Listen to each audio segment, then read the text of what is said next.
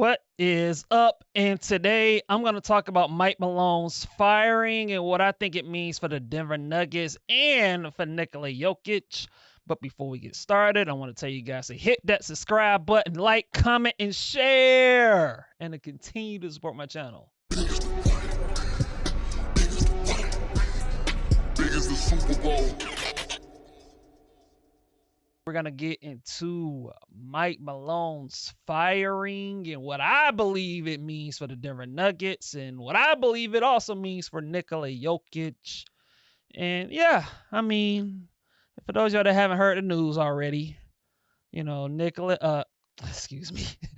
Mike Malone and Calvin Booth, the general manager and head coach, got fired. And it was a shock. It was a shocker. You know, this is not the first time, you know, recently that we've seen head coaches on good teams get fired. You know, just a week and a half ago, you know, we saw Taylor Jenkins of the Memphis Grizzlies get fired. And so this is kind of becoming a little bit of a theme, you know, just good coaches, you know, on successful teams. You know, you go on a little bit of a losing streak, which is what the Memphis Grizzlies did when they fired Taylor Jenkins. And the Denver Nuggets, as I'm recording this, they've lost 4 games in a row. And so they fired Mike Malone. And like I said, man, this is a shocker to me. Because if you look at Mike Malone's resume, I mean, this is a coach that, you know, he's been coaching the Denver Nuggets for 10 seasons. And throughout his tenure, he has a record of 471 to 327. Like he's won 471 games and he's lost 327 of his games. And that's very impressive. I mean, that's a solid record as far as a head coach goes. And, you know, the Denver Nuggets just a couple of years ago won the NBA championship. And I mean, last season, I mean, they won 56 games? And they were the 2 seed, 3 seed? And look, I know they fell short of, you know, they lost to Minnesota in the second round, but I mean, that was a good year. And this season, you know, the Denver Nuggets are 46-32. And, you know, they're right in the middle of the Western Conference. You know, right now, I think they're currently 5th. And now look, the Western Conference standings is so tightened up, and with Denver struggling the way that they're struggling, I mean, they lose a game, they could fall to like 7 or 8. You know what I'm saying? And so it's just been that kind of year in the Western Conference, you know. But here's the thing with the Denver Nuggets: as good as they've been this season, and as good as they've been in the past, just specifically based off of what I've seen this season from the Denver Nuggets, as great as Nikola Jokic is, I was never a big buyer on this year's version of the Denver Nuggets. And the reason why I felt that way about the Denver Nuggets this season is I look at them defensively. Like every time I watch the Denver Nuggets, they're giving up like 120 points every game. Like it just doesn't matter the team. Like they're in high scoring games. You know, every score is like 125, 120, 130, 125, 128, 127. I mean, this is the Denver Nuggets that we're talking about here this season. And you look at where the Denver Nuggets have been in defensive rating, they're 20th. They're a bottom 10 defense. And in this year's NBA, when you look at the talent in the league, like you can't be a bad defensive team. And the Denver Nuggets this season have been pretty bad on the defensive end of the floor. And look, Nikola Jokic is awesome. In my eyes, he's the best player in the league. Now, is he the MVP? You know, some people will say yes, some people will say no. Personally, for me, I think the MVP should go to Shai Gilgeous-Alexander for what he's done for the Oklahoma City Thunder. But even if I think that Shai Gilgeous-Alexander is the MVP, I think Nikola Jokic is still the best player in the world. And you just look at what he's done this season. I mean, the man is averaging 30 points, 10 rebounds, and 10 assists. A 30-point triple-double. And you look at what he's shooting from the field. He's shooting over 60% from the field. He's, 40% from three? Like, it's like, my God. This man, Nikola Jokic, is incredible. He's ridiculous. He's an unstoppable force of nature. And you look at his skill set, just his passing, his low post scoring, his shooting, his ball handling. I mean, he can do it all on the offensive end. Like, we know what Nikola Jokic represents. And yet, it kind of just doesn't matter because the Denver Nuggets are just losing games because they can't stop a cold.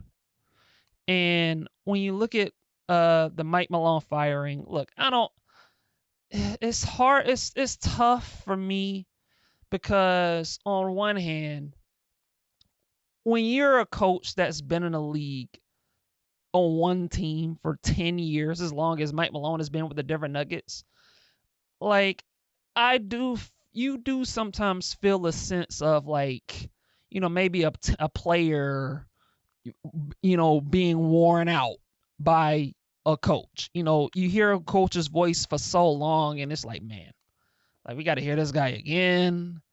I mean, I'm just tired of this dude. You know what I'm saying? Like, when you're with a coach for so long, like, a coach, you can kind of get a sense sometimes where you're just tired of him because you've been around for him for so long. It's like you're around your parents and you just want to move away from them sometime because you're tired of hearing their voices every day. And so I on one hand, I kind of wonder if there's that going on with the Denver Nuggets. But at the same time, I mean, again, the Denver Nuggets fired not just Mike Malone, but they also fired their general manager, Calvin Booth. And that tells me that there was some headbutting and disagreements between the head coach and the general manager and guys in the front office. You can, like, the general manager might want one thing, but the head coach might want another, and you can kind of see the thing kind of boil ahead a little bit. And so it's unfortunate. I think Mike Malone, even if throughout his time in Denver, I haven't always loved, like, some of the calling out of the players after games. That's something that he's been criticized for, over the last few years when he was a Denver Nuggets head coach, where he was just, after bad losses, he'll call out, a player soft, a team, we played soft, and, just call him out in the media. And, some of that tough love, I think, can go the wrong way a lot of the times, especially if you call out an athlete towards the media. And I'm sure he probably did it privately, so I could see that. But at the same time, I mean, you can't argue with the results. I mean, like I said, they won a championship, under Mike Malone. And so it's just, you can argue with the tough love that he always provided the team, but they won, and they won at a high level. Like the Denver Nuggets, year after year after year, are always in contention in the Western Conference. They're always a top 6 seed, and it's because and Mike Malone's a big part of that. And the Denver Nuggets let him go. And here's the thing, with the Denver Nuggets. And by the way, with Mike Malone, I think I believe he should absolutely get another head coaching opportunity. Like, I would be shocked if by next year he's not coaching another team, because it's just, the resume speaks for itself. Like, he's going to coach another franchise very, very, very soon, as soon as next season, in my opinion. And so, which brings me to, what's happening in Denver and why I think they're in this predicament. And like I said before, like, a big reason for why I think Denver hasn't been as good this season is, again, I don't think they're a good defense. They haven't been nearly as good defensively this year. the way that they were when they won the championship. And if you look at some of the players that they lost during the championship, after the championship year, they lost Bruce Brown. They lost him in free agency because they didn't have his bird rights, and so they couldn't keep him. They also lost Kentavious Caldwell-Pope to Orlando. And you look at who they've replaced these guys with. I mean, it's young players like Peyton Watson and Julian Strother and Zeke Naji, and they've elevated Christian Brown, and Christian Brown's been pretty good for the Denver Nuggets, and so he's kind of done his part for the most part, especially offensively. But you lost a lot of defensive, difference makers for the last couple of years, and you haven't really replaced them. Like you've depended on young players to develop and kind of fill those roles that your Bruce Browns and your Kentavious Caldwell-Popes, did. And for this season, it hasn't worked. And it's why you've seen the Denver Nuggets slip up this year, defensively. And even offensively, while they're still a formidable offensive team, look, they're fourth in the league in offensive rating. And so I'm not saying they're a bad offensive team at all. They're not. Especially when you have Nikola Jokic on your team. But, look, they're bottom in the league in three-point attempts. And so they're not really a high-level shooting team. They got Russell Westbrook this season, in the offseason. And, look, Russell Westbrook's had some legit moments for the Denver Nuggets. There's no question about it. But it's fair to say with Russell Westbrook that as useful as he's been, like, he's not a good three-point shooter. And the shooting on the team is kind of lacking. And so you look at this team, and it feels a little stalled out to me when I look at the Denver Nuggets, and it just brings me to a bigger point. I talked about Nikola Jokic, but I think the Denver Nuggets with this firing, I think it's just fair to say right now at the moment, they're wasting Nikola Jokic's prime. They just are. Nikola Jokic is averaging 30 points, 10 rebounds, and 10 assists on 60% shooting, and his offensive numbers this season are through the roof. This dude is having the best year of his career, and it's often not because the parts around him just hasn't gotten it done. And Jamal Murray, he's been better lately, but guess what? Jamal Murray's hurt. And before Mike Malone got fired, he kind of hinted that, we don't know when Jamal Murray's going to be back. We're hoping that he's back for the playoffs, but he kind of indicated that, he might not be. And so Jamal Murray's out. Michael Porter Jr. has been kind of up and down a little bit. And Michael Porter Jr., the Denver Nuggets are paying him, a good amount of money. They're for the next 2 years, he's owed $38 million next year, and the year after that, he's owed $40 million. And so, you're paying Michael Porter Jr. a high salary. Jamal Murray, starting next year, you're going to pay him a 4-year deal over $207 million.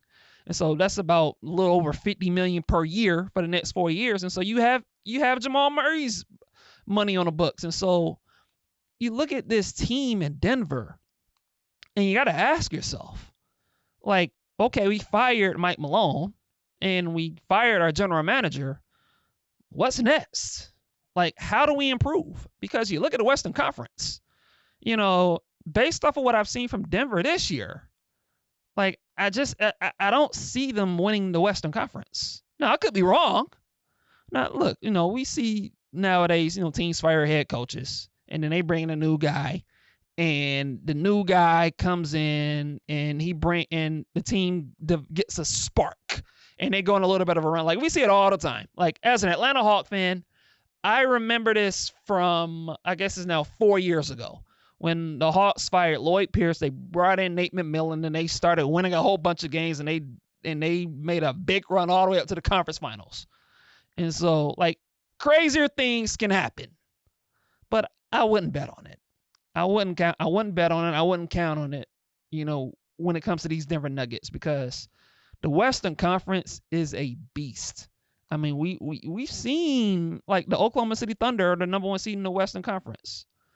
I talked about the Clippers a couple of episodes ago, and I'm super high on them. Like I think they're the sleeping giant. You got the Lakers, you got the Warriors, the Houston Rockets are starting to find their way. Minnesota to a lesser degree, even though Minnesota suffered a horrific loss to the Milwaukee Bucks and blowing that 24-point fourth quarter lead. I mean, good gracious. I don't want to look, man. I'm just gonna forget about that. But like, there's a lot of Western Conference teams, and like, when you look at the Denver Nuggets in their current state, it's just hard for me to buy into the fact that this team is gonna make a deep playoff run. And if they don't make a deep playoff run, like, a fair question has to be asked is like, how do the Denver Nuggets improve? And how do they improve enough to the point where they're not wasting Nikola Jokic's prime the way that they currently are? Like, how do the Denver Nuggets improve? Can they move a Michael Porter Jr. to upgrade their team? Do they move a Jamal Murray in the offseason? I'm sure. I think ideally, the Denver Nuggets want to keep Jamal Murray because I think he's their second best player and he's developed real chemistry with Nikola Jokic. But you look at this team and where this roster stands. Like, it's clear that they need more defense on the perimeter because I think that's where they're weak at. Like I said, they're 20th in defensive rating, and they probably need a little bit more shooting. And so it's just one of those things where it's just like, how do the Denver Nuggets improve? And by the way, you look at the Denver Nuggets, you look at their draft capital. They don't have a lot of picks because in 2027, like, they owe their first round pick, I think it's like top 5 protected, to the Oklahoma City Thunder in 2027. And they owe another their 2029 pick to the Oklahoma City Thunder in 2029. And I mean, Oklahoma City Thunder, I mean, good gracious, man. How many picks do you have, man? Goodness. And so, like, they don't have a lot of assets to improve like that. I think the only pick they have that they can use to move in a trade is like they're picking like 2030 or 31. And so I think they have like one first round pick to use. And so they don't have a lot of assets to improve their team around Nikola Jokic. And so you're hoping, best case scenarios, like, you're able to find a team that might want Michael Porter Jr. and maybe you can turn Michael Porter Jr. into 2 players. And like, that's hard. Like, that's just going to be it's going to take a lot of creativity. And if no one can find a taker for Michael Porter Jr., you might have to look at moving Jamal Murray. And I don't think Denver wants to do that. And Jamal Murray's another guy, like, he's injured. He hasn't been super durable. And so it's not a great spot for the Denver Nuggets to be in at the moment. And if I'm Nikola Jokic, like, at some point, like, look, if this team doesn't get any better over the next, I don't know, 1 to 2 years, like, if the Denver Nuggets are in this position next year, like, you're gonna have to start wondering, like, when is Nikola Jokic gonna be like, man, I want to compete for championships consistently. I want to win. Like, could it actually get to a point, like, in a year or two, if things don't get better in Denver, that he might ask out?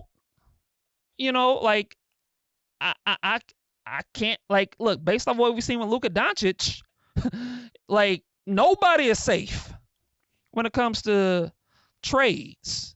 And look, I'm not saying the Denver Nuggets front office is going to trade Nikola Jokic, but like, Nikola Jokic might, like, who knows, man? Like, if things don't get better with Denver and their team don't improve, like, Nikola Jokic might get to a point where it's like, man, I want to win. And if I can't, and I don't think I can win here anymore. Like, get me out of here. Like, it could get to that point in like 1 to 2 years if things don't get better in Denver. Like, it could. And so you look at where the Nuggets are, man. Like, it's just between what's happening with the Denver Nuggets with Nikola Jokic and what's happening with the Milwaukee Bucks with Giannis, Like, you're talking about two players who, by most people, would say are two of the best players in the league, in Giannis and Jokic. And they're on teams that are just mediocre, or just maybe they're above average, but you just look at them, they're on teams that they'd have no chance of winning the championship this year. Just no chance. Two of the best players in the league, and Giannis and Jokic, are on teams that have no chance of winning a title. And the media is focusing on Giannis, and understandably so, because I think the Bucks are at an ending point with Giannis in their team because they don't have many avenues to improve their team. And the media is like, man, if the Bucks don't get to the conference finals, Giannis might ask out. And like, I'm just wondering, like, in a year from now or 2 years from now, if things don't get better in Denver, like, when we're going to be saying the same thing about Jokic. Like, if things don't get better in 1 or 2 years, that maybe the Denver Nuggets might have to move Jokic. Like, it's just something to wonder about. You know what I'm saying? And so, yeah, I mean, the Denver Nuggets, man, like, it's been an uneven year for them.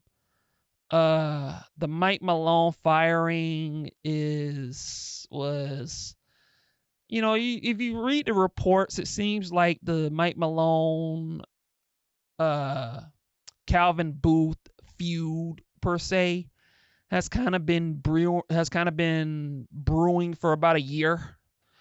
Disagreements in the front office and all that other stuff. And I think the owner was just like, you know what, man, I've had enough. I'm just gonna cut the cord and move everybody. And look, man, maybe that ends up being the right decision long term. But it's not gonna be, coaches, that have the resume of Mike Malone, like, they don't grow on trees. They just don't. And so it's going to be interesting to see what Denver does to what coach they end up getting that can maximize this team. And when they get the coaching and the general manager, for that matter, when they get that situated, like, it's just going to be interesting to see how they do to improve this roster. What do they do to improve? Like, do they try to move Michael Porter Jr.? Do they try to improve? Do they try to move Jamal Murray? Maybe they keep Jamal Murray. Do they keep banking on some of these young cats? Like the Julian Strothers and the Zeke Najees and the Peyton Watsons and the Christian Browns of the world. Like, do they just keep banking on these young dudes to keep improving? And so it's a lot of decisions moving forward that's going to have to take place with these Denver Nuggets. And hey, I mean, this is the kind of the bet that they dealt with, man. And and one thing that that needs to be stated, man, like, you got Nikola Jokic on your team. This is a guy that's having a special offensive season. Like I said, this man is averaging 30 points, 10 rebounds, and 10 assists on uber elite efficiency. He's having an historical season. And it is all for naught because of, this situation that we're dealing with right now with the Denver Nuggets. And, that's all I have for today. I would love to hear y'all thoughts. I would love to hear y'all thoughts in the comments. If you like this episode, hit that subscribe button. And, that's all I have. And, I'll catch you guys in the next episode.